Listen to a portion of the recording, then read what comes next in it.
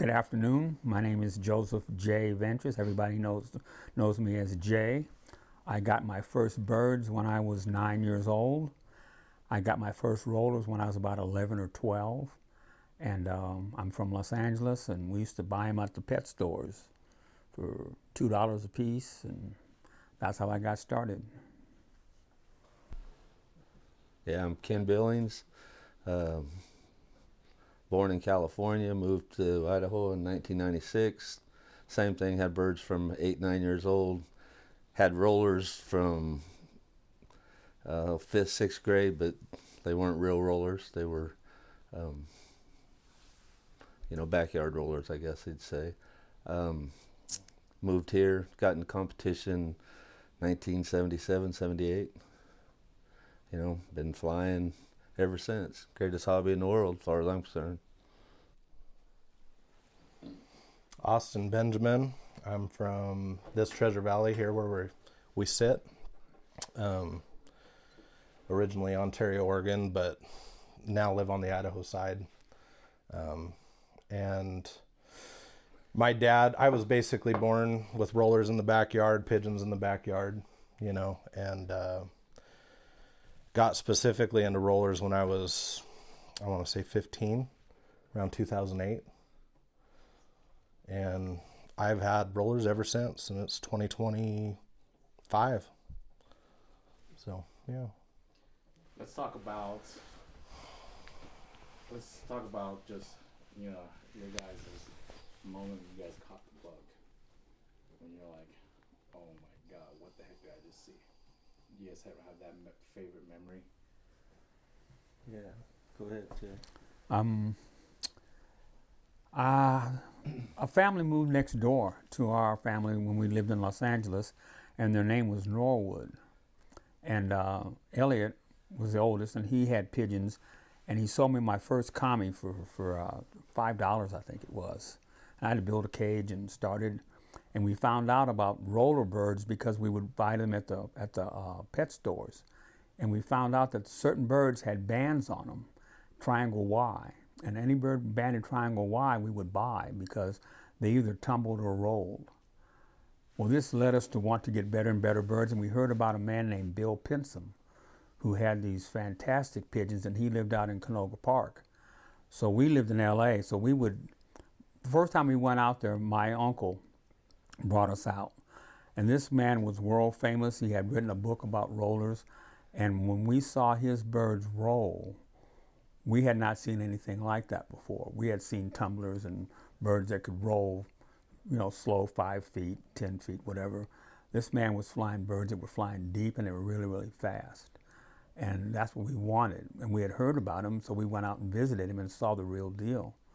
And then it got to where Cornell and I would catch a bus early on Saturday mornings and go out to Pinson's, out to the valley, and then get from the valley, we'd have to walk maybe 2 miles from the last bus stop to where Pinson's house was, just to see these birds. We would go out there and clean cages with him, and we'd spend the day with him, and he'd give us a ride back to the bus stop to catch the last bus over the hill back into LA.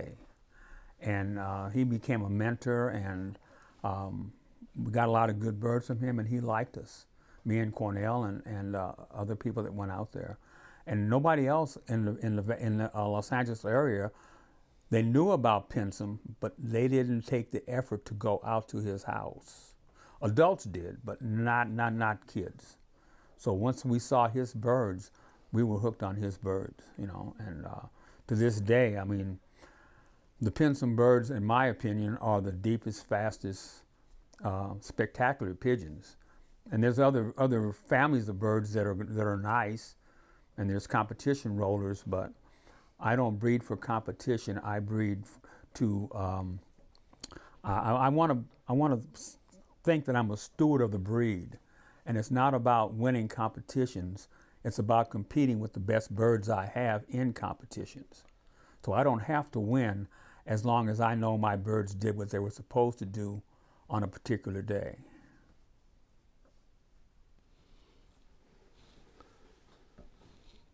Come up. You're kidding? Yeah, it's kind of weird because I was thinking about while he was thinking, I think I was kind of the nibbler, because the first bird that caught my attention was a bird that flipped, you know, and I was in 3rd or 4th grade. And then about 5th grade, there was an old guy named Elmer Smith. And he sold me, it's kind of weird just talking about the triangle wideband. I bought this lavender tick, kind of white muff-looking bird with one of those triangle bands on it. Took it home, and back then we flew everything. We flew our breeders, we flew, you know, if it had wings, we flew it. And I turned this pigeon loose, and I still remember the day, man, it went up sky high. I mean, you know, like they were today. Had to have been 800 to 1,000 feet. And that thing rolled all the way to the ground. Don't ask me why. But for a, you know, 5th grade kid, I thought, holy Toledo, man. You know, that was Did you really awesome. say Toledo? I didn't say Toledo, but you said this was a clean show. Okay. And anyway, from that moment on, I went out to Elmer. I wanted more of those, you know, and showed a couple of my buddies, and you can tell it was a bad roller because it rolled all the way down, but, you know, rolled from so high up that by the time it got to the ground, it wasn't rolling hard. So I was able to show it, you know, to Pedro and Tim and everybody, and so, man, we're on it. So we go out to Oakdale to Elmer's, and, you know, man, we got to have some of these. Well, he started hooking us up for, now, you got to remember, man, this is in the 70s, like Thursday. So this guy's telling us, guaranteed, he'll guarantee us birds that roll like that. Guaranteed roll down, $25 a pair. Well, you know what $25 sounds like to a 5th grader, you know, so, but we bought some of them, and they did roll down. Eventually, they would all roll down, and that was, we just thought that, and that's what got me hooked. You know, roll downs got me hooked, and then the experience. Found out that was a losing proposition. Huh? Yeah. I seen my first good spinner at Pedro's. Pedro picked up a bird at the feed store. It was 20, 30 foot. First bird that spun, pulled out, you know, went back up and flew with the birds, and then I went to Jack Meyer's house and, you know, had my shorts blown off. You know, that was the first kid I seen where they just flew up and they just rained in pigeons. You know, from that moment on, I've been in ever since. I mean, I haven't been without pigeons since 2nd, 3rd grade. I've had them do every job, through house moves, through living in hotels. You know, just can't. I think if I got rid of them, I don't know what happened. I'd be bored. I know that. You know. Well, because my dad had pigeons, I was kind of more interested. It was kind of weird because by the time I came around, my father really was interested in Middle Eastern breeds. So if you know my dad, his name's Dave Benjamin. He was pretty involved in Donnex, Kellebecs, Greek Wudas, some Armenian tumblers, that type stuff. And basically, I didn't get to be around rollers at that point. He always had a small contingent of rollers, but I really wasn't privy to them, and I didn't really pay attention to them. But my dad got me into birds slowly but surely, and I got into some show breeds. Fast forward to 2006, 2007. My dad had a loft of rollers, and he was out actually moving them. And he had this old pair from Roger McVeigh. Remember that name? Kind of. Anyways, this is old Dick Stevens line stuff, and he had this little red model cock. And that red model cock accidentally got out, and it rolled right in front of my face. And I was like, oh, that's what they do, you know. And I was hooked on roll. And then I got rid of my fancy birds that, you know, at least my dad had kind of got me interested in the hobby, and I took a shine to it. But after I seen a roller, and my dad had always, you know, it's hard to tell my story without telling part of my dad's. He had always spoke highly of rollers. They were regal, they were important, they were classy. Really, they were the most respected breed. Even though he played with Middle Eastern breeds, rollers were top dog, and Pensum rollers were top dog. So people these days kind of, you know, say, well, you know, you're a Pensumite, and you're probably a Pensumite from hanging around Kenny all these years. But actually, my dad made me a Pensamite, which I'm proud of, and Kenny kind of solidified it, and my own experiences. But yeah, I got into the birds, and after that point, I said, rollers is what I want to do, and we're actually in the process of moving from my family home. And my dad said he had, at that point, throughout the years, he always had a small contingent of rollers. At that time, he had built up a big loft of them for what unknown reason. And I would go out there and look in that loft, and I was used to fancy pigeons. I was breeding West England tumblers and American fantails, and that I was showing them. And I'd go out to that loft, and I never really thought rollers were beautiful. And I started going out there and looking at them, in the evenings after school. And I said, there's something really special about these birds, and something I didn't notice. And at that point, I was kind of noticing the first hints of seeing rollers for what they are, and expression, and like I said, how classy of a pigeon they are.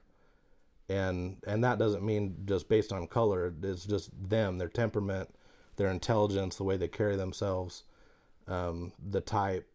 They're really a beautiful pigeon. And that was the spark. And basically it was kind of interesting. My dad had a loft full of a mix of continentals. He had some those Roger McVeigh birds that were Old Dick Stevens blood. And he had a whole bunch of Dirk de Boer birds. And he said, Austin, if you're really interested in this, they're all yours. So we moved, and he said, breed you a kit. And I already knew how to settle pigeons because I had watched him settle pigeons. All of the basic pigeon things I was lucky enough to see as a young person. And so all the basics I knew. He said, they're yours. So I bred a kit. It wasn't a very good kit. But that was my first kit. And funny story, he actually told me right when I was getting into rollers, he actually tried to persuade me not to have those continentals or the Dirk de Boer birds. He actually said, you need to go and visit Ken Billings and get some pigeons. And at that time, we had a family friend that was involved in the rollers. His name was Ed Taylor, and still a family friend, great guy. And he also had continentals, and my dad had a history with continentals, and my dad knew Tom Hatcher. And long story short, I went with the continentals for a long time, and I soon after met Kenny because I got involved with the local club. And going over and seeing the flyers, especially Kenny, saw my first real world-class kit. And that was my, okay, I had seen spin now. Second, I had seen a real kit work. And just not at a moderate level, at a world-class level. And so I was like, that's not what I have. But, the thing about our journeys with rollers, sometimes you are hard-headed or stubborn, and you try to make pigeons that are lesser than work. I think that happens in everything in life. It happens in rollers. And sometimes you do, a guy will dedicate themselves to that pigeon, and they end up working. But sometimes you also, when you're at that novice stage, you really don't know what you want. You don't know what you like. You don't know what fits you, and you don't know much about rollers.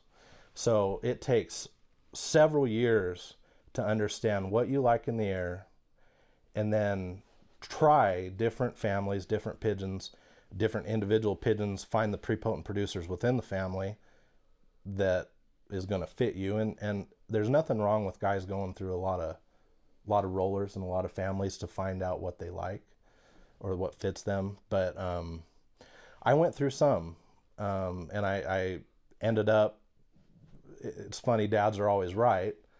I should have initially went to Kenny and got some pigeons, but 16-year-olds, they don't listen to dad very much. So that was kind of my first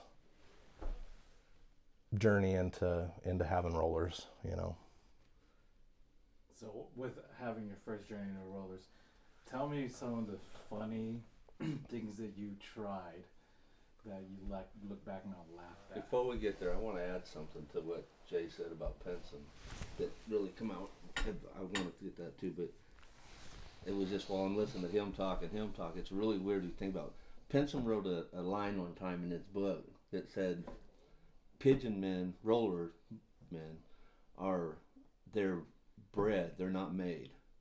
And I got to think about that. How many times I can bring people to my house all the time, and I tell them what I'm doing and stuff, and then you show them a pigeon, kids, doesn't matter who it is, and they look at them and like, well, yeah, what's the big deal? What's the big deal? And then one guy watches them and says, holy crap, what is that? You know, how's it doing that? And so that makes me think about that Penson line that, you know, pigeon men they're bred, they're not made. You don't just, you know, people don't like, if you don't like them, if it don't attract you, you're never going to be a roller man. You know, so it's really true. It's kind of weird looking back.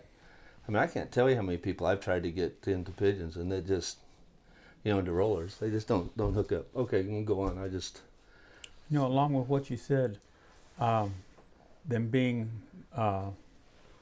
born, you can't make them. You can show people, and they look at it like, so what's the big deal? That's what's you the know? big deal. And on the other hand, you know, you see some kid, and they're intrigued by how that happened. How does that work? You know, and they want it. And right off the bat, now those are the kind of kids that you really need a mentor. You need to have somebody to help you navigate through this without getting burned, because there are feather merchants out there trying to make a buck, and they prey on individuals and new people coming into the hobby, and they want to sell them, this is some of the best birds in the world, these are champions, and da. And you don't know what a champion looks like. But this guy tells you, and you know the value of money, and they want $100. Like when we talked about paying $5 for a pigeon when we were kids, and you know $25 for the guy wanted a pair.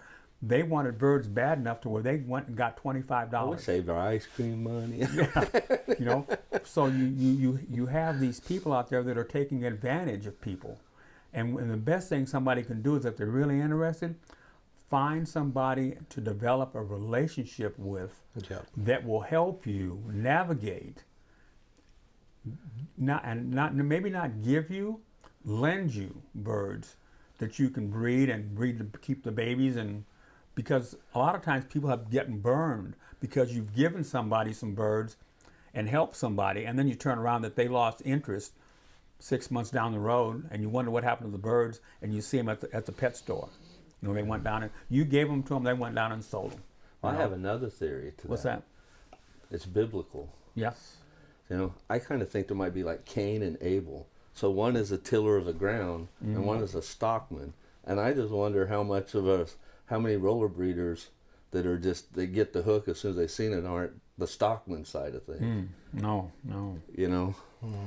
And you know, the same thing you're saying about the stockmen, there's people that have a gift, and they don't know that they have a gift, but they can see things in the birds that other people can't see. You mean like that guy sitting right there next to you? Who's that?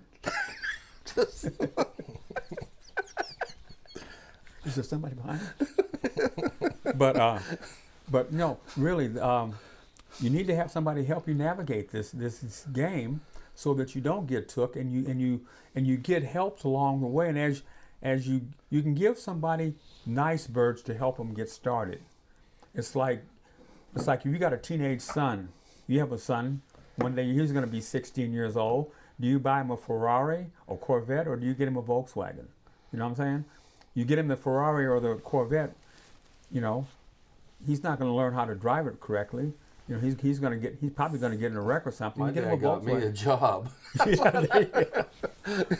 Made you buy it, right? But you appreciated it more. But the idea is that you can't start off with the best birds in the world because you don't know what to do with them. You don't know what it takes to keep those birds at that level. So somebody has to train you and give you different ideas and think about this, think about that, give you a different concept on how to fly and train this particular family of birds that's different from another family of birds. And they both can be equal, but you can't handle them both the same, and you have to learn that. So just acquiring the birds doesn't really help you if you don't know how to manage those birds. So now, what was the funny thing you was? I just want you to think about the humble beginnings of when you're trying out ideas that you think back now you're laughing at. Like, wow, I can't believe I believe that. Yeah. Trying to cross parlors on rollers, trying to cross parlors on tumblers to make deep rollers. Everybody did that I grew up around with.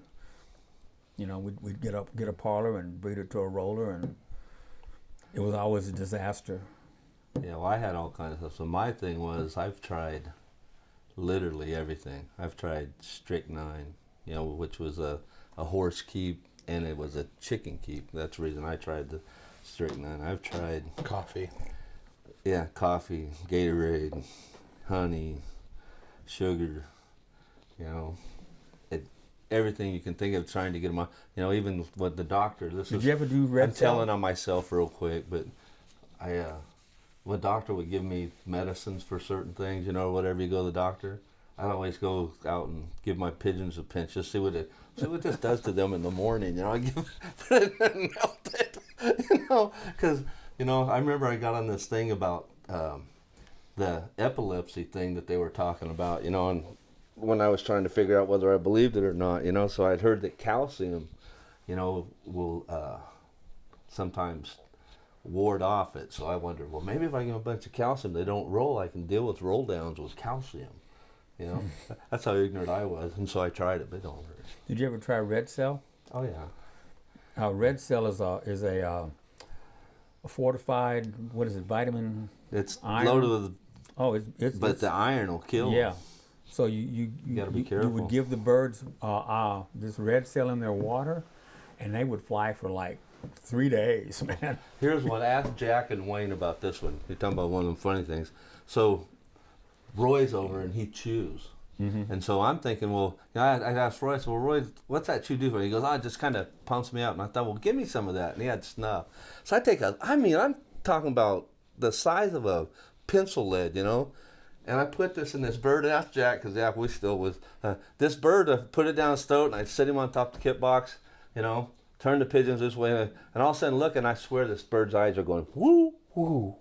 They're doing this shit for a second, and then he starts acting like he's going to throw up, and then he starts stumbling, walked over and just fell right off the top of my kit box and landed on the ground, you know, and his eyes, man, I picked him up, and I just literally, man, little down to dots and get big again, you know.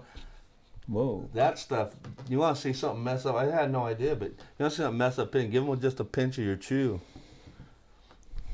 Have you ever seen them do that? But that's the thing we're talking about. You didn't have a mentor to help you, you know. I learned a lot. No, but no. What I'm getting at is it's something that we're saying. You know, young newbies need to have a mentor to help them avoid all that stuff that we went through.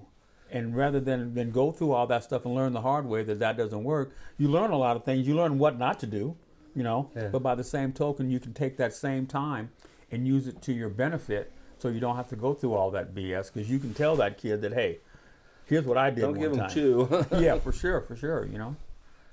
But there was learning. The strychnine, I remember the strychnine, you know, with strychnine, the chickens wouldn't die. You know, if you had it right, the chickens that was incredible. But with pigeons, you literally, man, I mean, when you turned them loose, you didn't see them for 6, 7, they just pin-dotted out. Mm-hmm. They was gone, you know. So whatever that does, it's the opposite of making them roll. Yeah. Yeah. Now that might cure a roll down. What's that? Strychnine. Oh, yeah. I never tried it on a roll down. Well, it's cured if it's dead. You know? Well, they don't give them enough to kill them. Oh, okay. You know. But that's about the worst things I've done. I remember one time, John Van Brock, when they used to come down all the time, we'd stayed up all night partying as a competition fly the next day. And I get up and walk outside, and my pigeons are just full of feed. The kit box door is open, you know. So we'd come out the night before, and they just ate all the feed out from underneath the cages and stuff, you know. Competition over. You know. Just one of those idiot mistakes. So, you know, I learned from that. If you're going to drink that much with your buddies, don't go out by your pigeons. Don't go out by your... you know. How about you, Austin? You know, I've done a lot of silly things. I think the main thing that I can just comes to mind is really being flippant with managing a kit. You know, when you're just starting out, you don't know what you're doing, and you throw feed at them and fly your pigeons, and you think you're getting somewhere. And that, I think that's the passion that will keep a guy in it. That and ignorance, you don't know just how much you're screwing up your pigeons. But one funny thing that comes to mind is, and really it's Sammy Williams was the one that made fun of me for it so much. But we used to talk to Sammy every day. And we all basically do this thing where it's probably old, probably comes from the CCRC and Kenny and the guys that did it, but I gleaned onto it. But basically, you know, and it's a good practice. When your pigeons are young, you take them out of your nest box, if they're up in nest boxes, and you put them on the floor together. And, you know, it just helps them develop and wean. It's basically just a weaning practice that helps the birds. But I got this harebrained idea that if I were able to put all my babies together, my squeakers, in a little cart and hook it up to a bike and pull it around my neighborhood or where we lived, and you know, put a little cage over it, that maybe they would want to kit up faster and be a little more team-minded, you know, which is absolutely stupid. But you win. Well, the funny thing is, that's not what Kenny said when I did it. But Sammy took it to a whole new level. I won't even tell you what Sammy said. But it's one of those things that, you know, and that's the good thing about, okay, so take this into account. You have two master flyers. Well, Kenny's, is it double or triple? Triple now. Triple. So Kenny's a triple master flyer. Sammy's one or two, probably one, and master flyer. So I'm talking to these two guys, and I'm telling them something so stupid, but they really don't discourage me.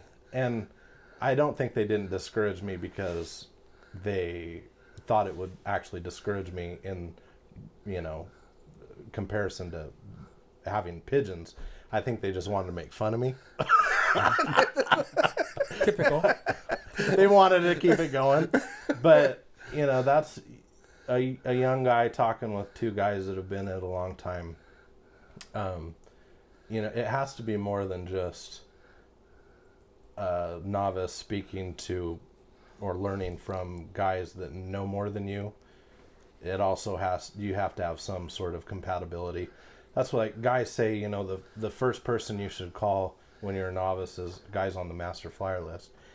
I agree with that. But you are not going to get along with every guy. Everybody's different. And there's guys on the master flyer list that I couldn't talk to, don't want to talk to. Not in the sense that, you know, I have a big problem with them. We just don't hit it off, you know. So you need to find somebody that somebody that's knowledgeable, that you hit it off with, that you can be friends with, and then you have something going. So I was lucky enough to get into this group of guys that really knew what they were talking about, and also accepted me as some, because not everybody can talk with Sammy and Kenny and Jay. You know, that's a pretty select group. So I'm probably the only one that got to do that. So yeah, Jay's the only one who talks to Sam anymore. But you know what? You know how come we didn't make fun of you? Because as soon as we got off the phone, me and Sam went and put our pigeons in our baskets. Well, listen, I won't tell you what Sammy said, but it was diabolical. Because if anybody knows Sammy, he is he can be a rough teaser. You know, so I don't want to put myself in. I don't want to give anybody any ammunition. Yeah. So, but that's a silly thing. So that I did. This is the kind of things that it's kind of because Sam, nobody can make fun of anyone with her. Sammy, one time he calls me up and he goes, "Man," he goes, "You know your birds fly on one wing?" And I said, "Yeah." He goes, "You know why they do that? I know how to tell you. So I can tell if your birds are going to go left or if they're going to go right." You know, I'm like, "What are you on about, Sam?" He goes, "Go flush your toilet. Watch how the water goes down the bowl. Your pigeons are going to fly the same way the water is going down the bowl." And he was dead serious. Is that based on the manufacture of the toilet? You know? I don't know. You asked him, he'll tell you. I know he will. Yeah. That's funny. You know why he brought that up? That was after he went to Australia. Yeah, because the water goes the other way. Yeah, Australia's on the other side of the equator, and the water goes a different way down the drain. But the problem is I've had birds here that fly on both wings. Yeah, but Sammy I know. He was thinking about it. He had been down there and saw it went different. So he says, "Oh, that's why they do it," you know. Yeah, that was. I still remember that was a good one. But you know what? You know what's interesting about this? What you're saying and what we're laughing about. This whole hobby is about building relationships with people, with other men, and like it's been so many. You ask for funny things because of the relationships that we've built. When I lived up in Turlock and Kenny lived in Empire, Jack lived in Empire, we were all members of a club called the CCRC, California Competition Roller Club. And we were known all over the country, even before they had cell phones and stuff, because everybody who had good birds knew other people that had good birds. And you're sharing birds and you're sharing information, and it just was a camaraderie there that you just can't make up. So there was this guy named John Van Brock that started this big fly. It was a futurity fly. And every year we used to go down to it. So one year we were going down to this fly. And one year we went down in Kenny's pickup. And we ran out of fuel at the top of the grapevine. It's all downhill. Dodson pickup with a camper shell. That was interesting. And it's loaded. We've got 3 guys in the front and about 5 guys in the back. And we're going down to Narco for this big competition futurity where they're going to pay off. So we get to the top of the hill and we run out of gas. It just sputters to a stop. What are we going to do? It's like 1 o'clock in the morning. We're up here on the thing and we have no gas. So we pushed it over the hill. Yeah, and I got behind the wheel and we drove and we coasted all the way down the hill. And we got to the very bottom of the hill. We had to jump out because there was a Shell station on the right. And we had to jump out. Everybody jumped out the car but me because I was steering. So we pushed me up the hill to a gas pump. And we gassed up. And off we went, you know. But things like that happen. So the next year, we take my car. And it's a station wagon full of guys, 3 guys in the front. We had 3 guys in the back and 2 guys in the back behind that. We get to Gorman and my car blows up. We stopped in Gorman to get something to eat, and the car blows up. Here we are, 1 o'clock in the morning, 6 or 7 guys on the top of the grapevine with a blown engine. What do? Kenny calls John Van Brock. Because of the relationships we had and who we were, John sent 2 guys, 2 carloads, 2 cars from Norco to my brother's house in L.A. I call my brother. He comes and gets us and brings us to his house. John sends some people to pick us up and bring us to Norco. We spend the weekend. Now we're stuck in Norco. We got to get home. So, bunch of people, a bunch of guys, because of relationships, a bunch of guys who lived in Northern California, we all got rides back up to where we lived. Now, right now we can look back and that was funny as heck, you know, and it was strenuous when it happened. But had we not had No, that the spring family, was for you because it was your car. Yeah, it was my I went up car. on the hill with my And went to daughter's little sleep. teddy bear and went to sleep.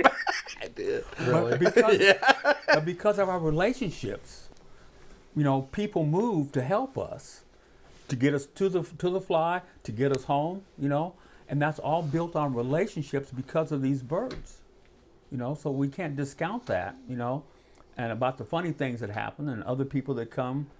We won't tell them about you and George Mason, okay? Yeah. But Yeah, but that is true. yeah, You know, a lot of friends. But that teddy bear, my daughter, I still remember it just because she was little. She runs up and we're leaving to go to the classic, and she runs up and says, you know, Daddy, take my teddy bear. He'll keep you safe. You know, so it blows up, and I went up there. But that just was a good memory. oh, I didn't know Yeah. that, Kenny. That Yeah. changes the whole thing. I could kind of expand on the relationships thing because something came to mind. But we we had this guy recently, a few years ago, and he went on a roller group. He's from around here, and he wanted to know about. He was looking to see about getting some rollers, and a couple guys from different states said, "Well, you need to contact Ken Billings and Austin Benjamin." And he's got my number first, and he called me, and he it's important to say that this is he's a homer breeder, and he had bred homers for years and has homers, racing homers. And so he said, you know, I'm looking about getting some really nice pigeons, and I'm looking to get into rollers, and I'm building a loft. And he said, I'm wanting to get some. And I said, well, I really don't have any right now that I could part with. And he said, well, I mean, you don't have any breeders? I said, well, yeah, I have lots of breeders. And he said, well, you know, show me a few of the top ones. You know, I'm used to paying $5,000 for a good homer. And I said, well, I'm not going to sell you anything for $5,000. He says, well, that's how it works. He says, you have a nice bird, there's a transaction, and I get the nice bird. I said, well, you're assuming I have birds for sale, first of all. But I told this guy, I said, you're going to find out that rollers really aren't about money, and roller men are different than homer men.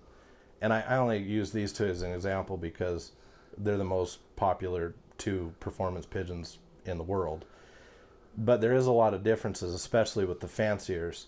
And with rollers, it's much more about personal relationships, showing somebody that you're genuinely interested, genuinely passionate about rollers, and that you're going to give pigeons that they give you, you're going to give them you know, it's going to make it worth your while to actually give those that young fancier or new fancier. This wasn't a young guy, he was an older guy. But he just didn't understand that. He said, well, I want to pay you some big money for some of your best pigeons. I said, they're not for sale. And, you know, I don't want 5,000, I don't want 10,000. And I said, if you want me to breed you some youngsters and I'll give them to you and you start out, he said, no, I want to start right now. And I said, you're going to have a hard time with that mentality of trying to buy your way into having good rollers, because roller men will shut you out. And I was immediately not interested. He called Kenny, did the same thing, and Kenny, I believe, was not interested. Yeah. And, you know, it kind of, not to get way off the subject, but I know, Meng, you said you're interested in music production, right? So do you know Chris Lord-Alge, the mixer? No. Famous mixer. The last 40 years, he's mixed so much, you know, top 100 songs. But he used to always say, one thing about being a mixer and a really successful one in music is you're kind of the nerdy guy, you're geeking out, you're doing all the technical stuff that you have to do with mixing and engineering a record. But he said, if the musicians come in and you're not a musician as a mixer, they can sniff you out. They know it. And they're immediately disinterested. And I think that's really, roller guys have a certain way about them, and yeah, it might be weird, but you pretty much know another roller guy, and getting good pigeons isn't about money typically. It's about building a relationship. All the pigeons that I got, I did the paying things. I paid Tom Hatcher one time when I was 17 years old in high school, $3,000 for a box of 8 birds that were the worst box of birds I ever got in my life. They were just horrible and not good rollers. And the pigeons that I have now from Kenny and from Ward Zulsdorf, every pigeon that I got was free of charge. And when guys say that old saying that the best pigeons that you get are usually free, that was 100% true for me. And if you study that, it's because rollers are about relationships. Homers, as an example, are more about money, and you can monetarily get somewhere quicker. I mean, hopefully I kind of conveyed that. Yeah. Oh, for sure. Yeah. No, that's a good point. Let's talk about the community and brotherhood of the roller pigeon community. I like that.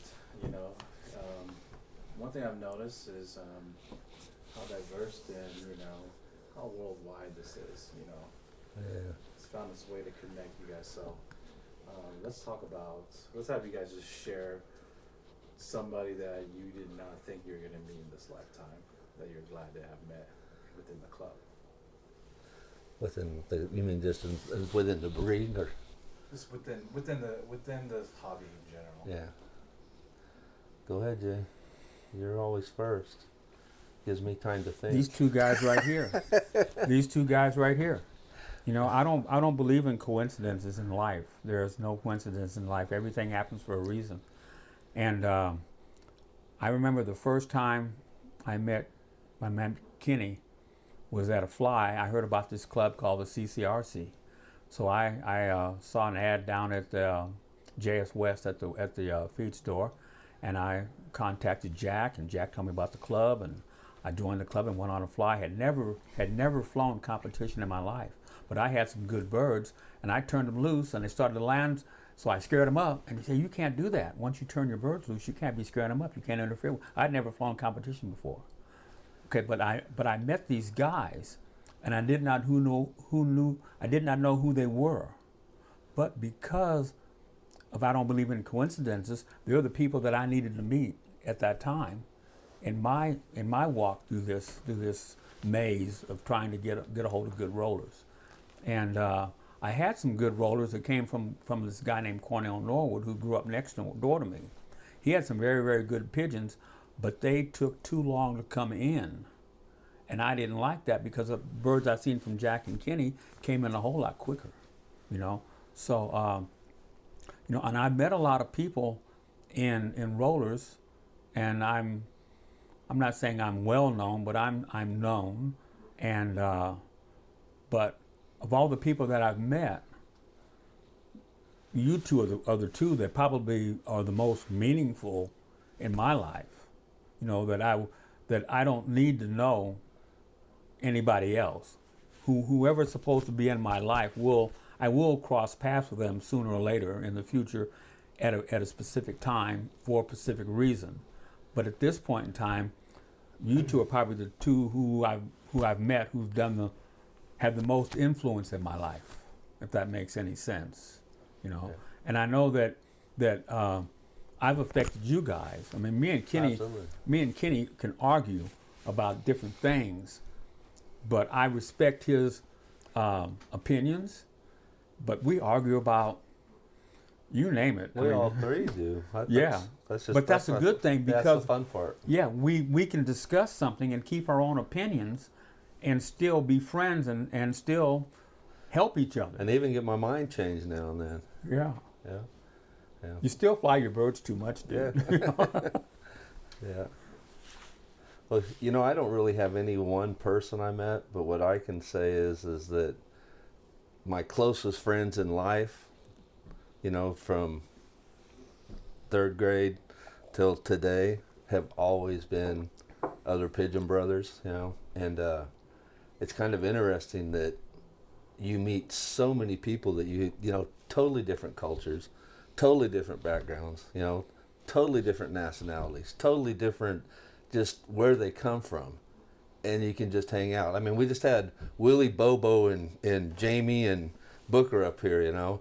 I mean, these guys could be no more different than, we had a freaking blast, you know. I mean, we just rocked it. We had a great time, you know. And, you know, they come over here and, you know, they're all freaked out about how much room you got and stuff, you know, and you guys, and, you know, it's weird how the cultures and the pigeons bring the cultures together. There is no racism in rollers. You know, at least I've never ran into it at all. I mean, I've hung out with Cornell Norwood and his thug guys, you know. We've been out on the riverbank crawdad fishing, singing doo-wop songs together, you know. I mean, literally, you know. No way in the world, you know, should we be friends, you know. But we were, you know. We had a good time. So, you know, it's the same thing. It just, I think that's where this culture is different than almost any other culture. Because usually, in most sports and things that you do, they draw people together, but they're so competitive against each other that they're really enemies, you know. But in the roller culture, it's not that way. You know, it's one of those things, it just isn't that way. You know, you really have real friends in it. You know, that'll help you out. Like Don, it's a good example. When Don moved here, you know, I drove out in a snowstorm to get him to run him around, you know. I told him, he said his brothers were mad at me, and I told him, hey, man, I would do the same thing for them in a heartbeat, because they're roller brothers. You know, they're people that I've known ever since I was young. I don't even care if you're mad at me. I'll still come get you and drive you around, you know. Don't matter.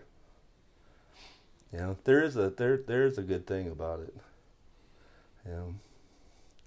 Where can you go? I mean, I don't know that there's any place in the world that you don't have friends hardly, you know, that, you know, you can go to South Africa, you can go to Australia, you can go any place. If you've been doing this thing very long, you know, they roll out the red carpet. When I go on vacation sometimes with my wife, I bring my roller magazine with me with the addresses, because wherever I'm going, I look, is there anybody that lives near here? And I, if I find somebody close by, I call them up and I go visit them. And they show me birds and show me what they're doing, and, you know, we have a good time. Never met them before, but I'm an NBRC member. They're NBRC members, and hey, come on over. So I go over there, and they fly their birds for me, and we'll take me over to somebody else's house. We fly their birds and sit there and go fly 2 or 3 or 4 kits. And hey, man, thanks a lot. See you later. And man, hey, if you ever come to California, look me up. You know, and people do. Yeah. I know Kenny just went to Texas and brought his book with him, you know. Yeah. I had a guy ask me the other day from Killeen. That's where our daughter lives. He's looking for rollers in Killeen. Well, I would say that, let me bring a little bit of a different perspective. There's a lot of guys who will say that camaraderie and club is really important, and it is a good byproduct of our hobby, and we do need it. But if a club is not serving the Birmingham roller pigeon, then it doesn't need to be there. The number one thing, the most important thing in this hobby is the Birmingham roller. It's not other people. So you're going to have friends, and you're going to make lifelong friends like I've made in Kenny and Jay. But I guess my point is a national club or a local club or a world club organization, whatever pigeon roller organization it is, should not be there to play matchmaker for friendship or camaraderie. The other thing is they can't change the perspective of what Yes. a Birmingham roller is. If a club is going against what the breed is about, I mean, I think that's kind of where you're headed. You know, you can't. So I wouldn't be a member of tumbler club, that's going away from the Birmingham roller, which is kind of where we've been talking about today about the hobby. And nor would you be a member of a club that is only self-seeking for monetary or organization for a good old boys club just to talk about things other than rollers. Yeah. Sometimes you have camaraderie with roller guys, and a lot of guys, and you can tell who the roller guys are. You go to a function with a lot of guys there that are supposed to be roller guys, and everybody's talking about their niece's wedding, and people are talking about breeding their dog, and people are talking about their irrigation system for their lawn. And it's like, you guys traveled 1,000 miles to convene in this place with other people that love roller pigeons, and you're talking about stuff that does not matter. It matters in your life. And we talk, this guy knows my finances. Jay knows my finances.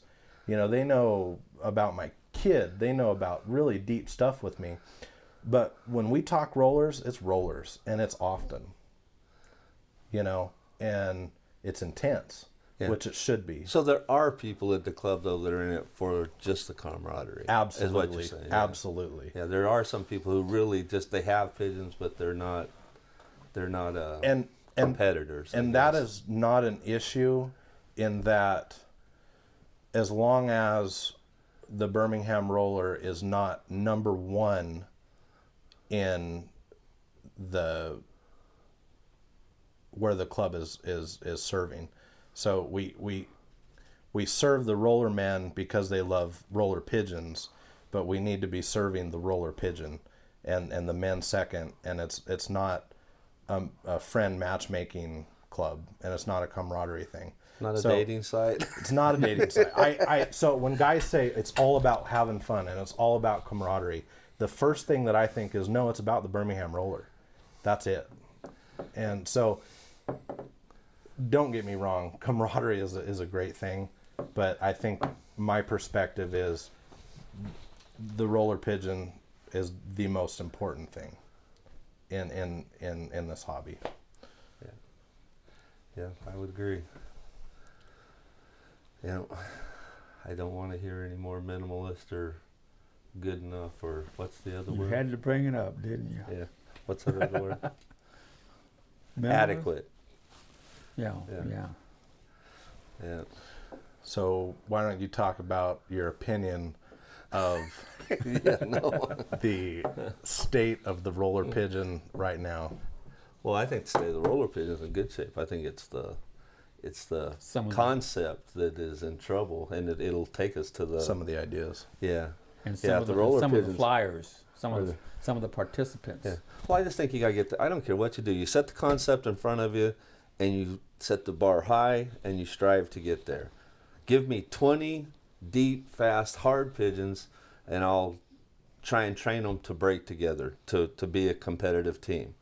But nothing should take away from fast, deep, stylish pigeons, with good styles. Nothing's take away from that. We should never do minimalist and adequate as our standard.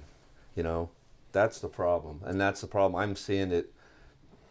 I mean, there was a time, honest to God, if you got into pigeons, there was a time, if you talked about speed kills, and I don't want my birds rolling fast, I just want them rolling adequate, that you'd get laughed out of here. Yeah. I mean, people would just say, what? What planet are you from? What are you talking about? And now it's normal. I mean, people are, like I was telling you today, I don't care what a pigeon does from when it starts to when it finishes. Whatever it does in the middle, that don't matter. What? What did you just say? What? I mean, that's not even... That's nonsensical. You know what, Kenny? What? If you look at the state of society today, when you talk about minimalists, what we see in politics and government, we hear about DEI, did not earn it. Yeah. We have the same mentality in the birds. We have people who want to have championship pigeons without putting forth championship effort.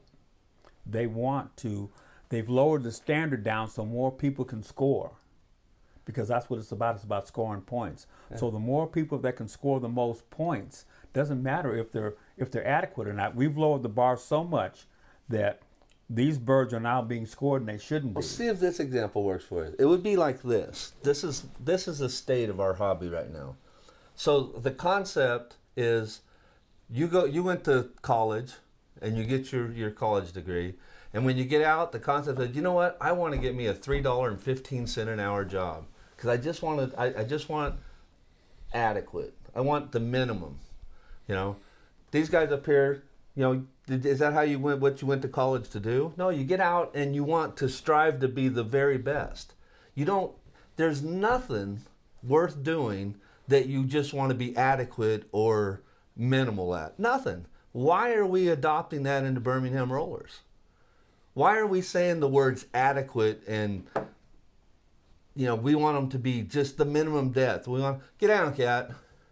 You know, we want them to be almost good enough, you know. So I just, you know, I don't want to make very much money. I just want to make, you know, a little bit of money, you know. Well, how long has the rule been for the 10-foot minimum? Well, I don't, Forever. Yeah. Forever it's been 10 foot.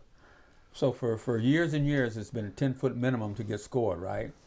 Now they're scoring birds that don't reach the 10-foot minimum. But when they break together, they get scored. Yeah. And you know, half of them didn't go 8 foot, let alone 10. So I know there's been talk about raising the standard to 20 foot. And the thing is, if you raise the standard to 20 foot, they're going to score 18-foot birds.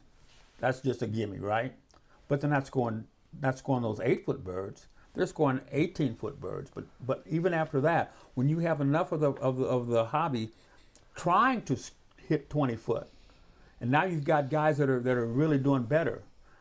When at a certain point, we have to raise the standard to 25 foot. So you keep upping the bar to keep everybody moving up to make the hobby raise the standard in the hobby. well, yeah, you raise the standard, but our problem, it's deeper than that, and I'm not getting my point across what I'm trying to say very well. The concept of it is, no matter how it is, you have to have a goal that you're reaching for, Right. the best, the pinnacle. And we're breaking it away from going to reaching for excellence to Accepting. yeah, just accepting the minimum, and then we make the rules to where we're going to judge the minimum and actually tell people you don't want the excellence. Don't strive to be excellent. Just be mediocre. Mediocre wins. Excellence, not good. Mediocre. Kenny, I've had people tell me, Jay, it's a math problem. It's a math problem. You score the most points, the most birds in the breaks gets the bigger points, right? You get Sure. 15 birds break, you get 45 points. No matter what you use the multiplier, you cannot make up that difference. Yeah. You know, so we need to keep striving to push the standard up. As more and more people come up, we got to keep raising the standard and make it higher so that people keep chasing that. But our society doesn't want to chase excellence. They just want to be run of the mill, adequate to get by, get a score, right? Yeah, 1.0 should be a lot more regular. Oh yeah, You know? and 1.0. What does 1.0 means? Adequate. 1.0. No, 1.0. No, That's what it 1.0 means this bird reached the minimum standard to get scored. Yeah, it's just It adequate had- to be scored. Yeah, that's No the excellence. minimum. The minimum, 1.0. Right. So that's one. Nobody wants 1.0. Those same birds now are getting a 1.4. Yeah, that's what I'm saying. So that's what you do. You take the minimum and you just pump it up to make it look like That's why I say it's like DEI. Yeah. You know, people want to score they didn't earn. Their birds didn't earn it. You know. Yeah, that's a weird thing. You know, but we have to get back to that. You know, Birmingham roller, I mean, just the description. What is a Birmingham roller? You know? Well, some guys, you know, fail to remember the history of the Birmingham roller, and you know, if you look at the history of the domesticated pigeon, there were tumbling breeds in ancient times, you know, in North Africa, and there's all of these ancient descriptions of tumbler pigeons, domesticated pigeons. And then you fast forward in time a little bit, and all of Europe had their variation of a tumbler pigeon, including England. And then you get to the early 1800s when they cultivated the Birmingham roller. And why is the Birmingham roller breed distinct from the tumbler pigeons of old? Inconceivable rapidity. Successive roll that's so fast that it's inconceivable. So that is what separates the Birmingham roller from all other varieties, all of its little ancestors that were tumblers. And since that's the case, velocity should be number one, because that's what separates the Birmingham roller from its tumbler ancestor roots. Yeah, there is no other standard in Yeah. Birmingham rollers. There's no other standard than speed, velocity. That is the most rotation in a given foot is the standard for Birmingham roller, and everything else just gets added to it. Not. And you get to the point where Pensum guys, Pensumites, all three of us are probably considered Pensumites.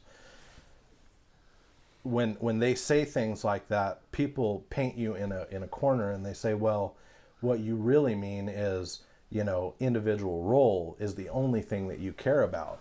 And that's not the case. There were a group of guys that were like that, and there's always a group of guys that think like that throughout the history of the Birmingham roller.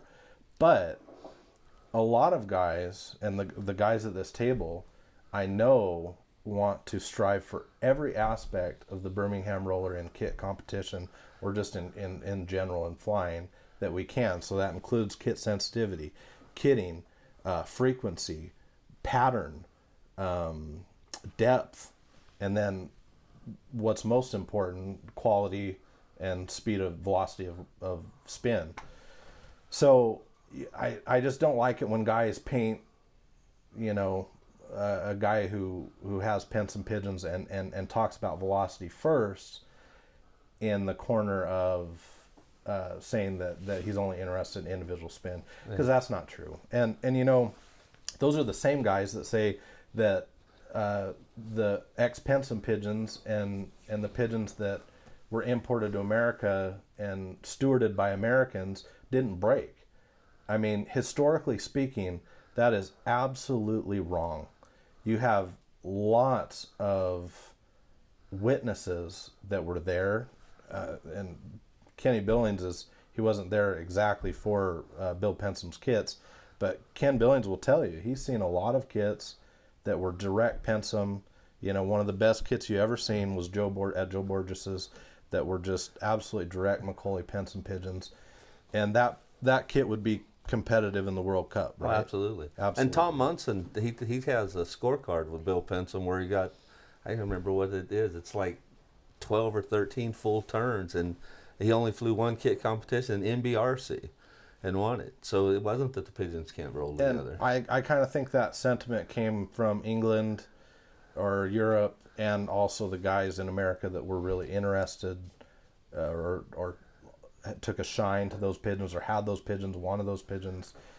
It's easy to say the Pensum birds are stiff and don't break well, and well, you haven't seen enough Pensum birds. There's so many families and lines that are subcategories of whether it be the Old English stuff. How many subfamilies are there now of the Mason pigeons around the world? Or the Bill Barrett pigeons? A lot. How many are there of the Pensum birds? A lot. So we can't mix all the bad, poorly stewarded families in with the well-stewarded families. Ken Billings is an example of a guy who stewarded Pensum pigeons well. George Mason is a guy that's an example of someone who stewarded Bill Barrett pigeons well. And the lineage goes through good breeding and stewardship of the bird. But I just think there's some misconceptions with guys who either label themselves Pensumites or people that label them as Pensumites. It's, Yeah, so what you're trying to say in a nutshell is someone who likes a champion spinner doesn't necessarily like pigeons who roll individually. You can love champion spinners and still love competition. Still And like do them to well at break it, and do well at it. do well at it. You know, but there's I would not, and we can ask everybody here. Would you want to have a family of pigeons who you knew broke well, but you never had the hope of getting that wow pigeon, the one that just sets you back on your heels and you go, oh crap, man, do you see that? You know, that's what it's all about. That's where the real heart is, and then everything comes out of that. You know, I don't need the fluff. I have a lot of friends who have switched over to the English birds and the Irish birds, the South African birds, and they're always offering them to me because they know I'm still sticking with my old stuff. Yeah. You know, the birds I remember, the birds I got, the white hen, go back to the white hen. Yeah. I'm still breeding that stuff today, and everybody knows it. But everybody, hey Jay, you ought to try some of this. Well, I'll give you some. I'll breed your kit. I don't want them. I'm breeding what I like, and these are the birds I like. I don't want to do what everybody else is doing. I'm doing my own thing, and I've been pretty successful with it. You know, Yeah. and that's what I want to stay with. You know, and I've had people, and I've turned them all down. You know, I just don't need them. You know, I'm not in it. I'm not in it to you know. And the South African birds, to me, the South African birds aren't Birmingham rollers. Yeah. They might be, but in my mind, they're not. The Irish birds are not Birmingham rollers. In my own mind, I think that somebody has taken those red badge tumblers and made them better by crossing them on Birminghams. But now they've weakened the Birmingham, and the Birminghams that some of these guys are flying is not true Birmingham rollers. That's my opinion. I'm not saying it's fact. That's just how I look at it. Because I've seen these birds, and they break together, but they don't have the speed, they don't have the depth. And I've talked to people that have had old line Birmingham rollers that have switched over and been successful, and they will tell me that, hey, these birds today are nowhere near as fast as my old birds, but I like them maneuver because through they there break somehow. together. It's good that you guys are showing that's the contrary side, and just showing the passionate side of everything. Yeah. Because, Yeah. both sides need to be experienced. You can't always be healthy. I think suffering is good too, Yeah. because suffering enlightens. It kind of brings clarity, in a sense, because a lot of happiness can be blindfold towards you. Oh yeah. Just kind of be naive towards the reality of things. But speaking about the joys, though, let's talk about like the breakthroughs that you guys have learned from this from the Birmingham Rollers. That you guys like, wow, I wish I knew this sooner.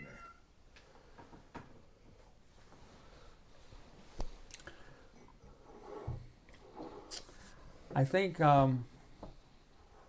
us talking all the time and running feed trials and what are you doing and let's all try this for a month and doing this, that, and the other, I think has really helped all of us to up our game to the point to where I remember when we were all trying to make the finals so we could have the finals judge us, and we were gonna between me and Kenny and Austin and Sammy, we were all trying to make the finals. We're all in different areas, so we're trying to make the NBRC finals or the World Cup finals, just so that we would have one judge come judge the birds. He doesn't know he's judging a separate fly, but we would have a separate fly with just the four of us entered, and mainly it was just for bragging rights. Hey Kenny, nice score, but I beat you, But it was so hard for all of us to make the finals because it's very competitive. We all fly in very competitive regions. My region is very competitive. This region is very competitive. So Kenny could make the finals one year. Me and Sammy miss it. Sammy makes the finals. Me and Kenny miss it. Very self. You and Sammy flew one time, and I think me and you flew one time. In the finals, and we had the same judge come in. And I don't remember who won, but anyway. But that was our goal, was to all of us make the finals. So we're all helping each other to win our regionals, so that we can compete against each other, unbeknownst to anybody else but us. And that's how competitive we are. I mean, I want to see Kenny do really, really good, but then I want to beat him, and I especially want to beat him in the 11 bird. I could care less about beating him in the 20 bird. I want to kick his butt in the 11 bird. You know. It'll never happen. I'm working on it. I got some Jim Dandies. I got some Jim Dandies. You know that. And I'm working on it. You know. But that was our goal. But anyway. Yeah. I'm not sure that was the question, though. What was the question? What have you learned? No, yeah, it was. What have you learned? And I said, I've learned by us talking, helping each other to compete and win our region so that we can compete against each other in the nationals, you know. And it really helped push me because I knew that Kenny and Sammy and Austin are all working. So I've got to be working. I might take it for granted, you know. But no, man, I've got a really good kit this year. Now, there's years when my kits aren't that good. There's years when they are good. When they are good, I try to take advantage of it. When they're not, they're not that good, you know. And I hear the same story from Kenny. Oh, they're not any good this year, Jay. I'm not going to do anything, you know. Then Houdini pulls a rabbit out of the hat. And what'd you do, Kenny? I won the region. It was lucky. It was lucky, Jay. I was just a good day, you know. I hear that sob story too many times, you know. So I don't believe him anymore. Two things that I've learned. What? That I wished I would have learned younger. Two real important ones too. Number one, I wish I would have learned to savor and enjoy the journey more, and quit not thinking about, you know.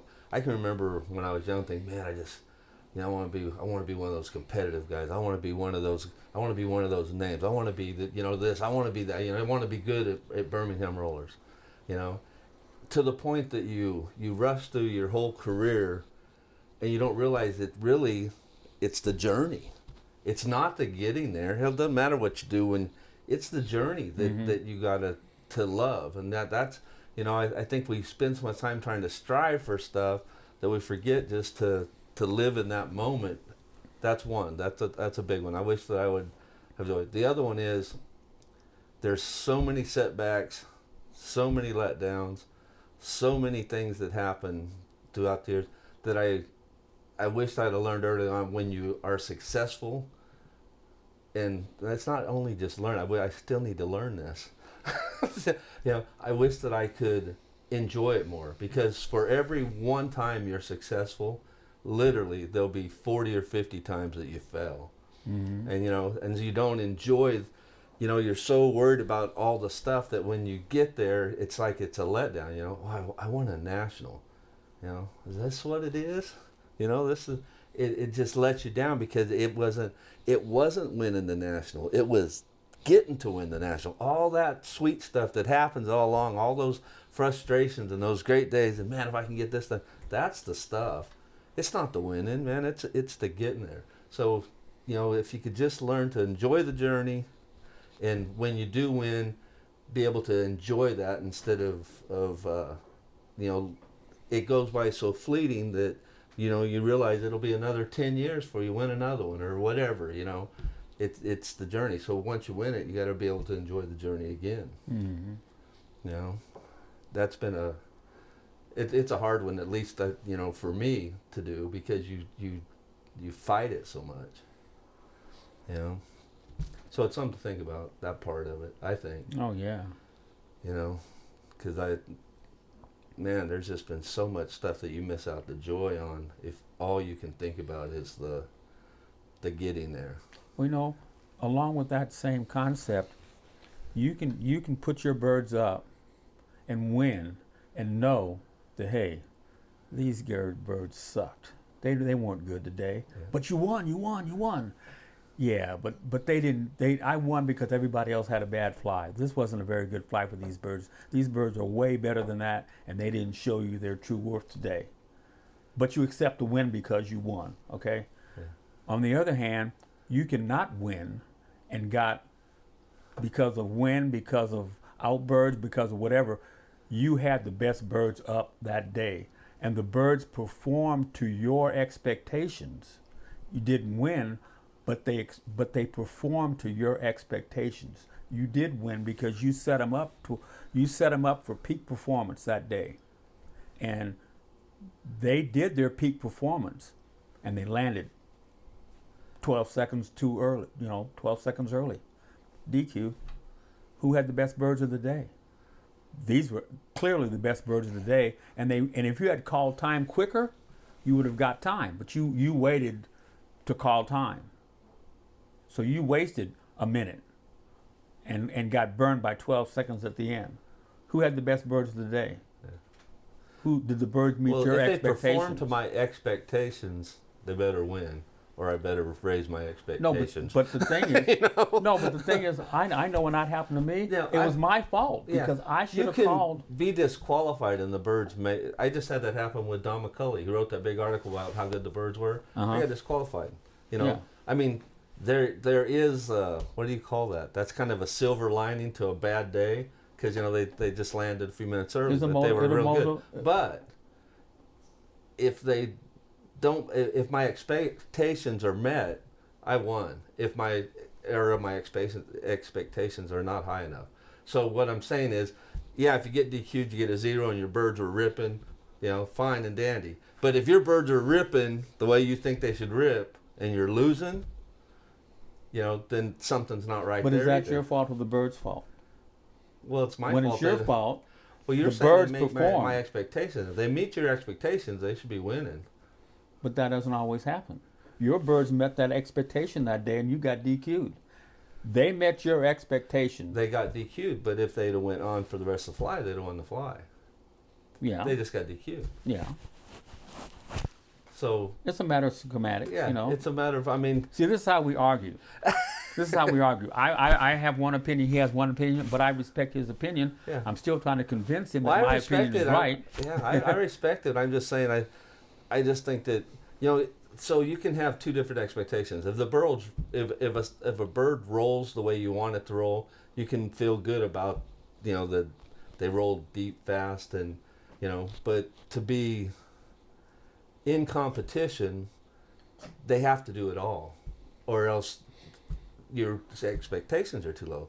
In competition, they've got to spin fast as lightning, good depth, break together, do it frequently, and do it together, and fly 20 minutes. They have to do those things to make your expectations. If they don't fly 20 minutes, like my kit just didn't with Don, my expectations weren't met. If they don't break together, but they roll super nice, well, they met my expectation of rolling nice, but they didn't break together, so I didn't score nothing. So my expectations wasn't met.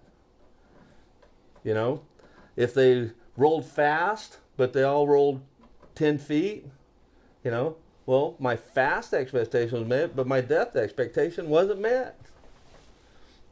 So I guess you could take the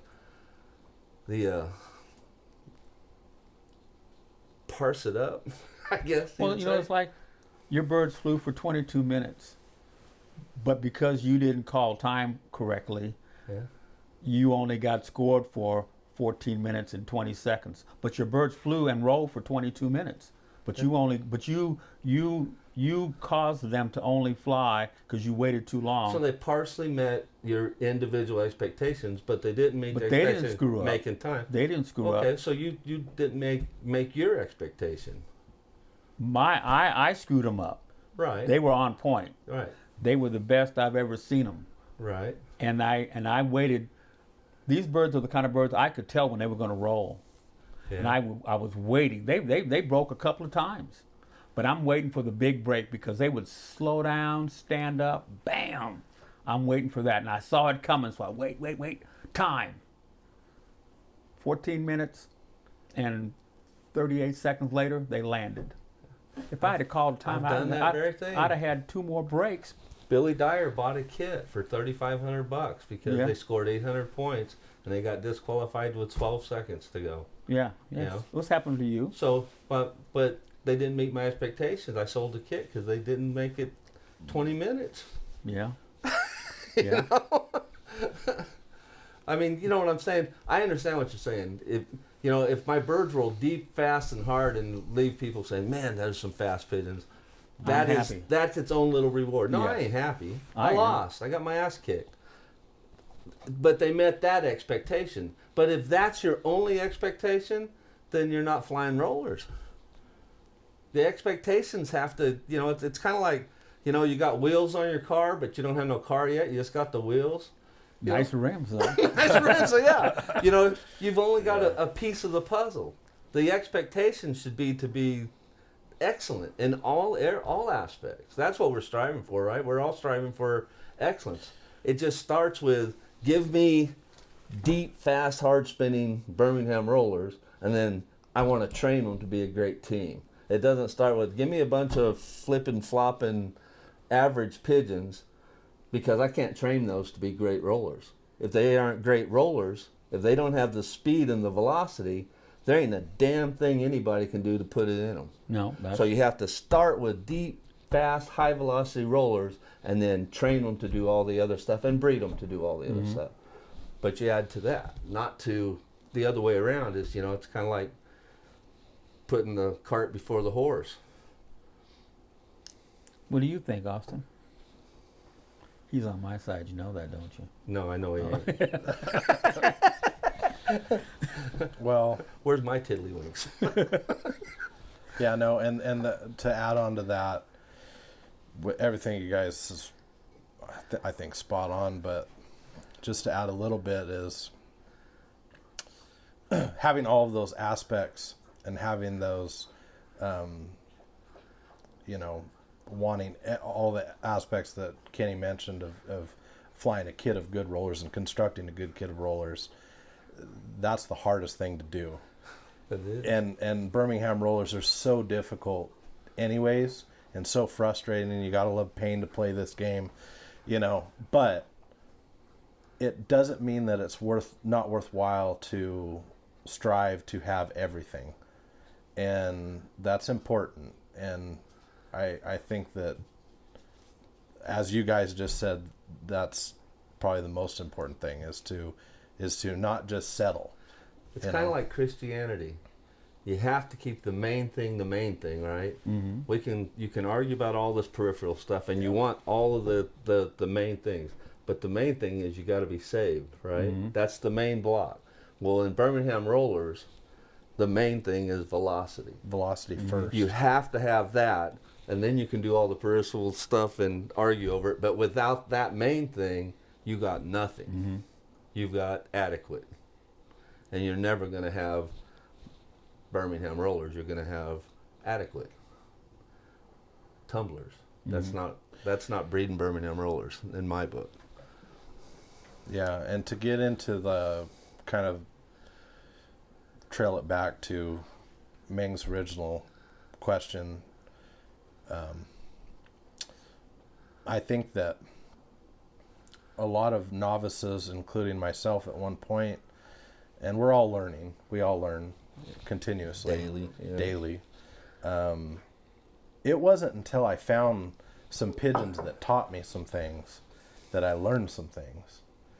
And, I had some pigeons that were really nice spinners, and I'd seen kits, and it wasn't until and I'm a good listener, I try to learn through,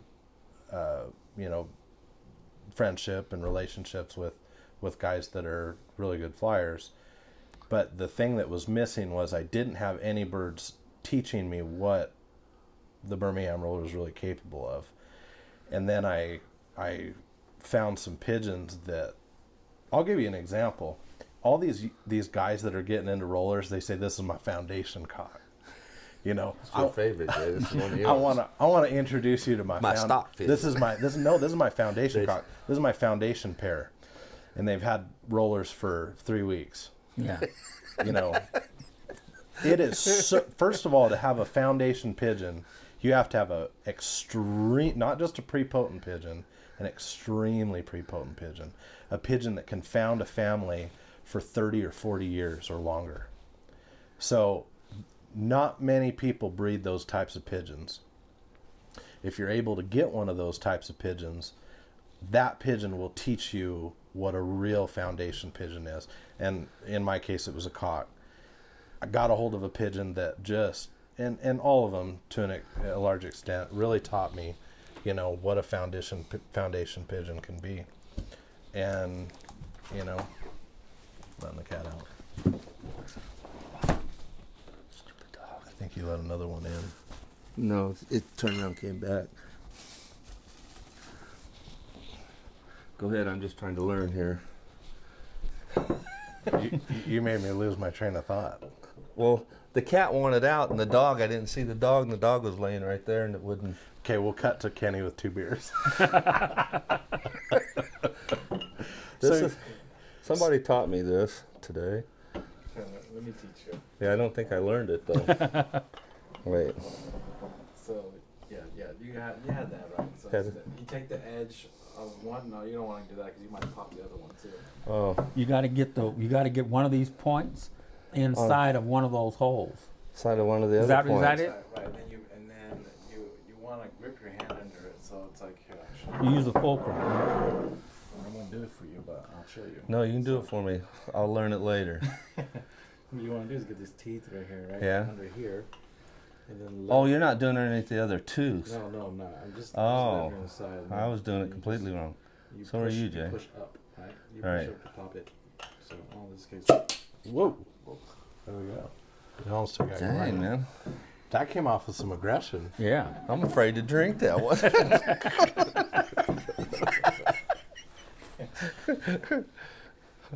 I don't think I ever seen that. That was No. like it was off of. Now wait a minute, Kenny. Turn at- this. No, you got to turn this around so that maybe Ming can get some endorsements here. Oh, You got to think about all the angles. yeah. So now that Kenny has a beer, Yeah. I'll Things are really going to get Yeah. interesting. Yeah. So Jackie say, "Oh, he's going to turn into Pensum now." a good thing is having the birds that taught me something, and they really can. If you up your game and you get a better set of pigeons, they can teach you tons of stuff. I really like that answer because Yeah. Leave her alone. I think Come on, Luke. I think that answer is probably closest to what everyone said because your pigeons teach you.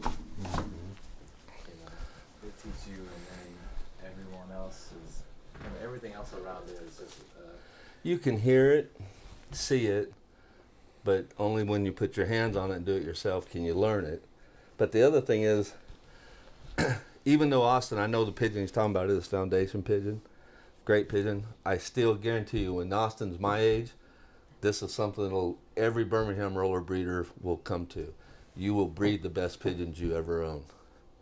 You won't get them nowhere, you'll breed them. And you just do, That's one of those things.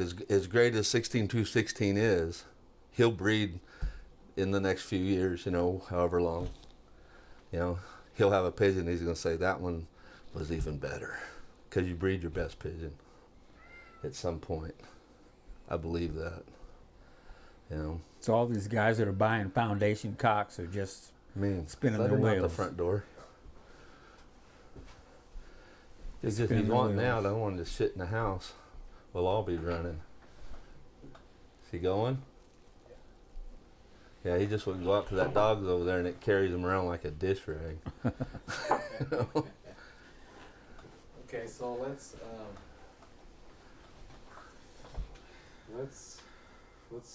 mean, we're sitting at probably close to 2 hours right now. Let's go. Really? Yeah. Wow. Wow. Seemed like 30 minutes. Yeah, that's a long time.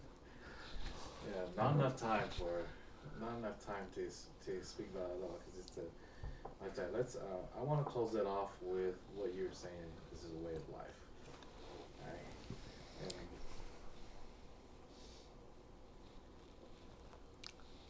And There's something in that thing. I think it's potent for some reason. Just wanted to. Have you ever seen a thing blow off of a beer like that? I've never seen that before. That was some force. Yeah. we're supposed to do that. So let's talk about the way of life of a roller man and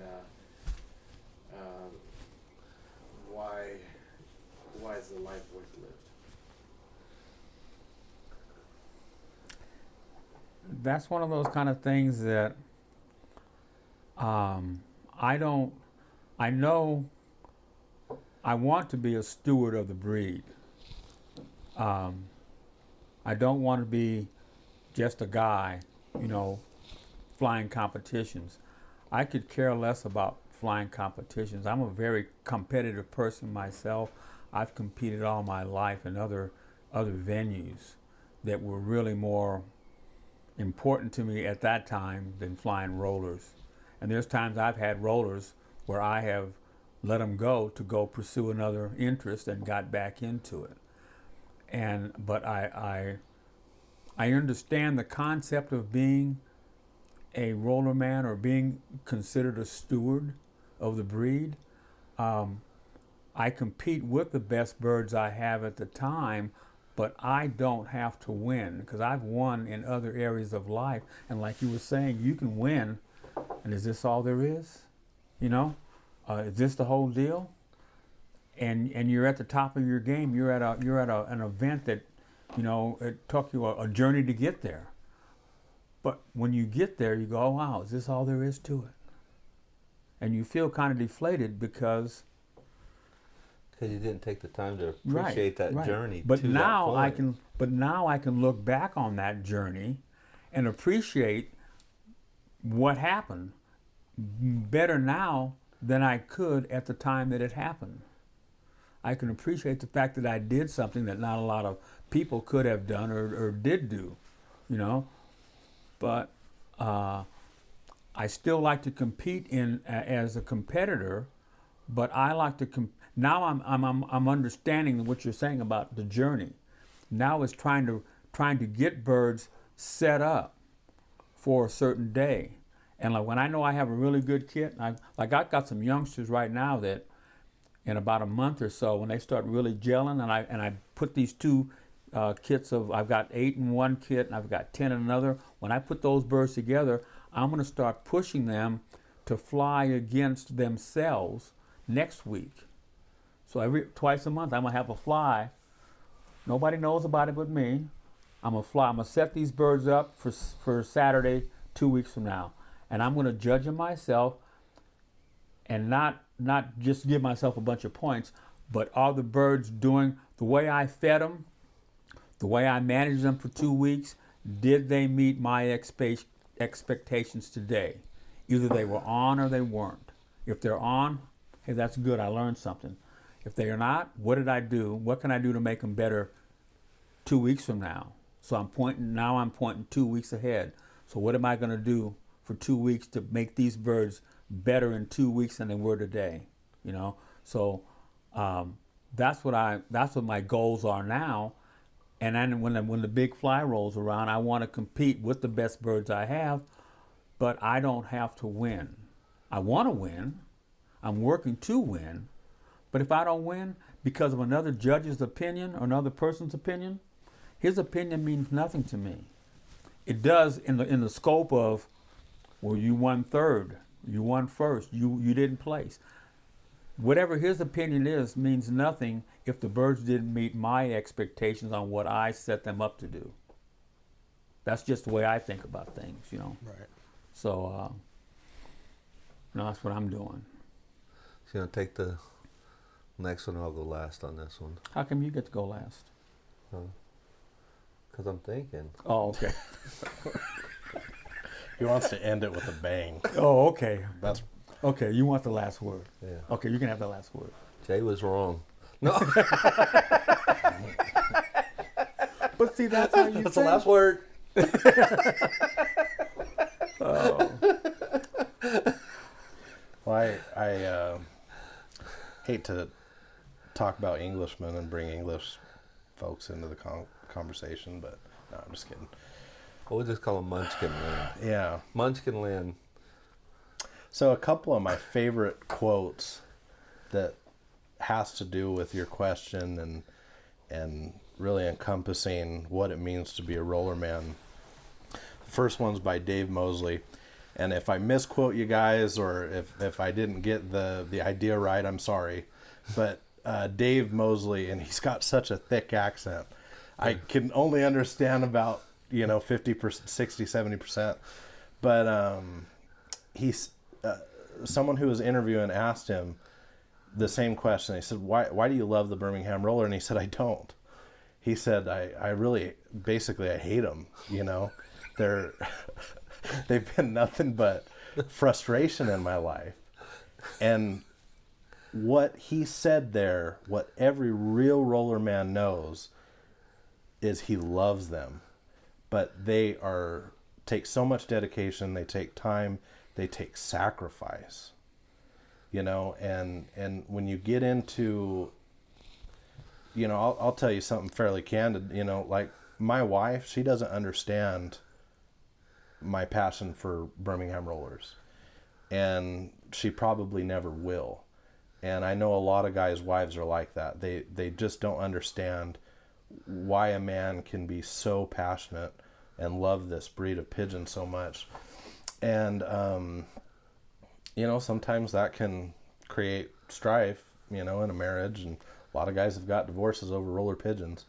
But the second quote would be George Mason, and he once said that he looks back on his life with rollers, and all he really did was fly rollers.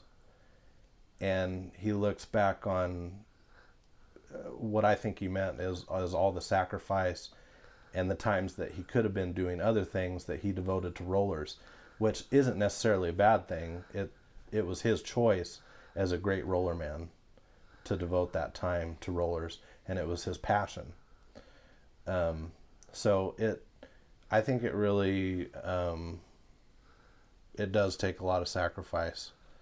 And you also have to reel it in.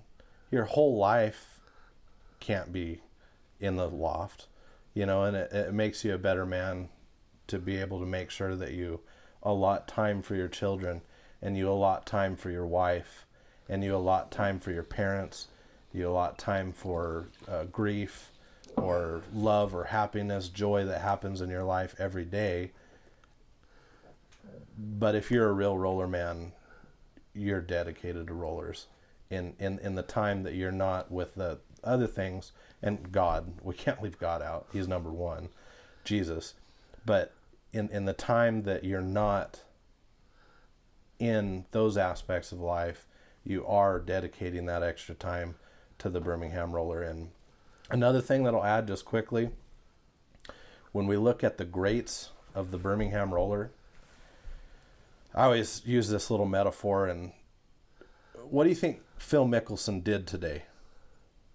Watch golf, play golf, or practice golf? He golfed. Phil Mickelson golfed today and yesterday.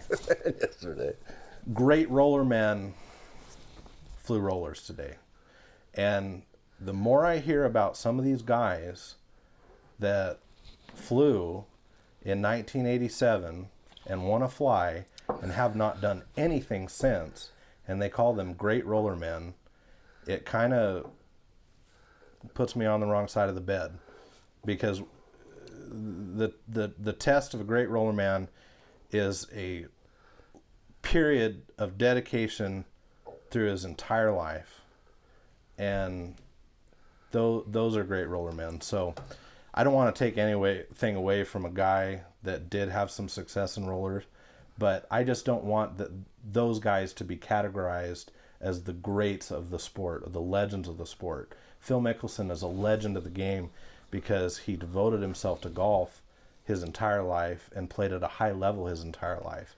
The greats of rollers have devoted themselves to rollers and fly their pigeons, breed their pigeons, cultivate their pigeons at a high level their entire life, or most of it. So I just end with that.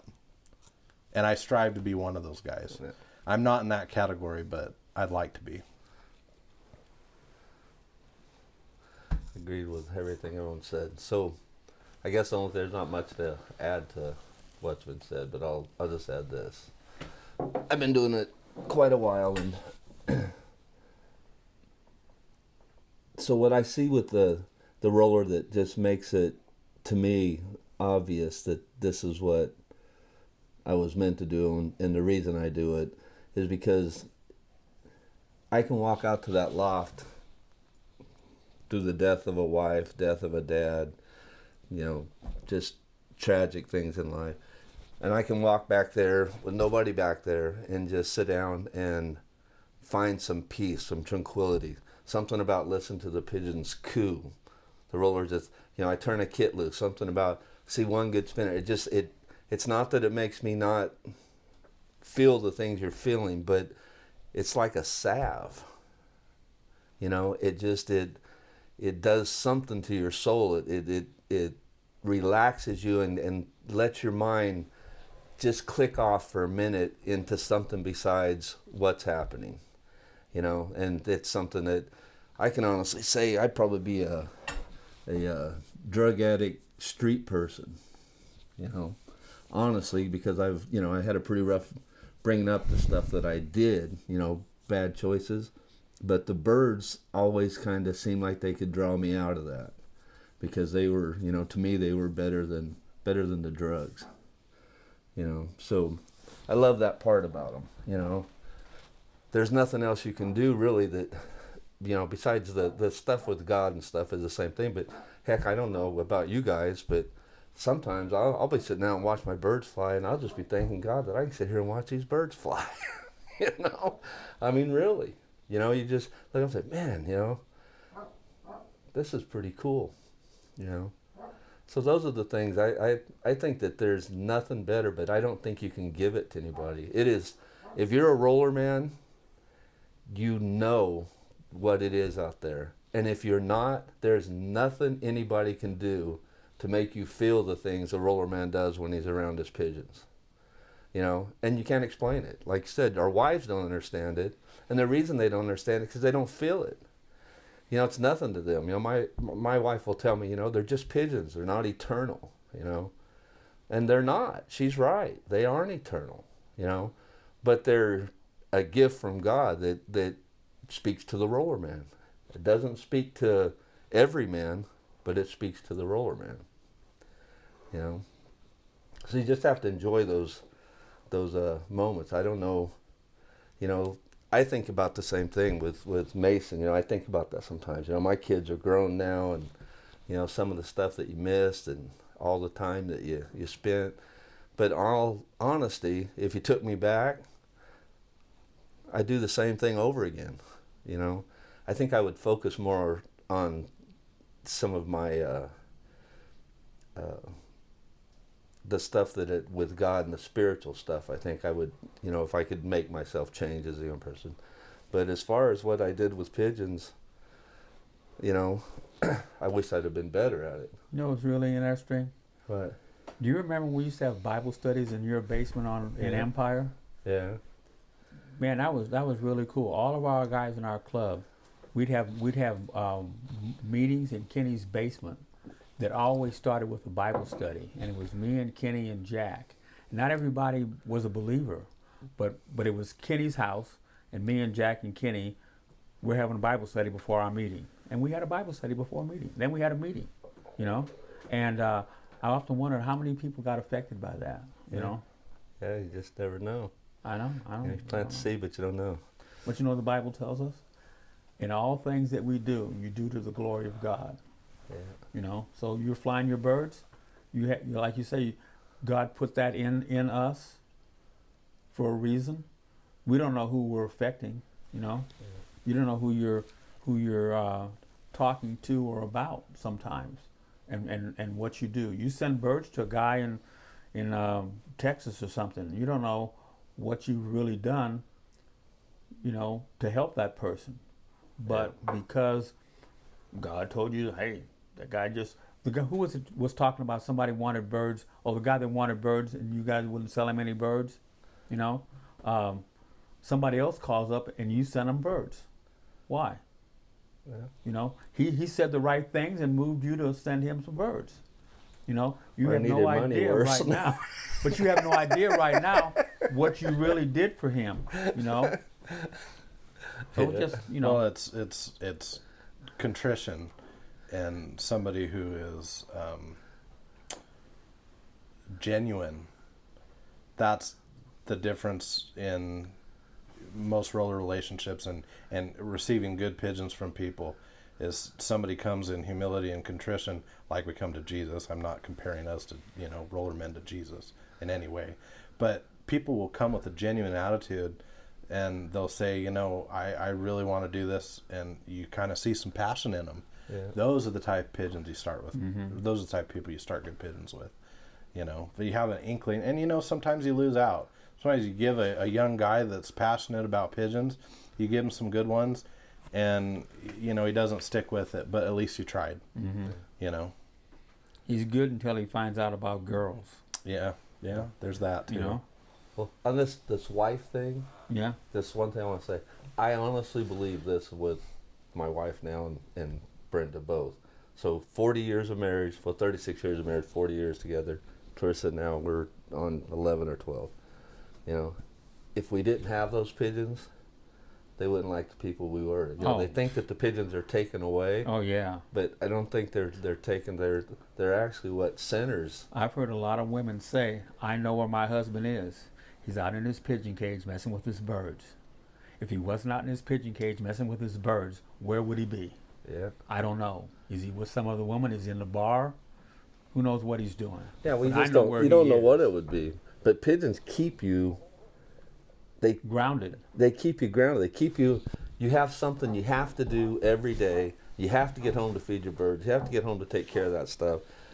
Just like you do all the other things at home, but it's at home. They keep you grounded. I mean, I couldn't go. I go someplace and I'm always thinking, well, the birds gotta be fed tomorrow. I can't. If I stay out all night tonight, tomorrow I gotta feed them pigeons. All right, guys. All right.